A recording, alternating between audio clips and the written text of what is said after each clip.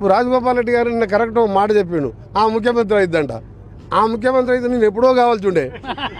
6 సార్లు గెలిచిన నేను 6 సార్లు గెలిచిన నేను యూత్ కాంగ్రెస్కి వెళ్ళి నేను బాలనాయకు కిందికెళ్ళి కొట్టుకొని వచ్చినాం. మా నాయన లీడర్ కాదు, మా నాయన ఎమ్మెల్యే కాదు, మాకేం కోటీశ్వరం కాదు, రైతు కుటుంబంలో పుట్టిన వాళ్ళు. మరి మీ ముఖ్యమంత్రులు కాదు అట్లాంటి తెలంగాణ కోసం మంత్రి పదవి వదిలిపెట్టినని ఆమె కూడా ముఖ్యమంత్రి అంటుంది. ఇది పెద్ద జోక్ అయిపోయింది ఇది. అందుకనే మేము ఏది మాట్లాడదలుచుకోవాలి, సీరియస్గా పనిచేస్తున్నాం. ఇప్పుడు రాజగోపాల్ రెడ్డి గారు నిన్న కరెక్ట్ ఒక మాట చెప్పిండు, ఆ ముఖ్యమంత్రి అయిద్దంట.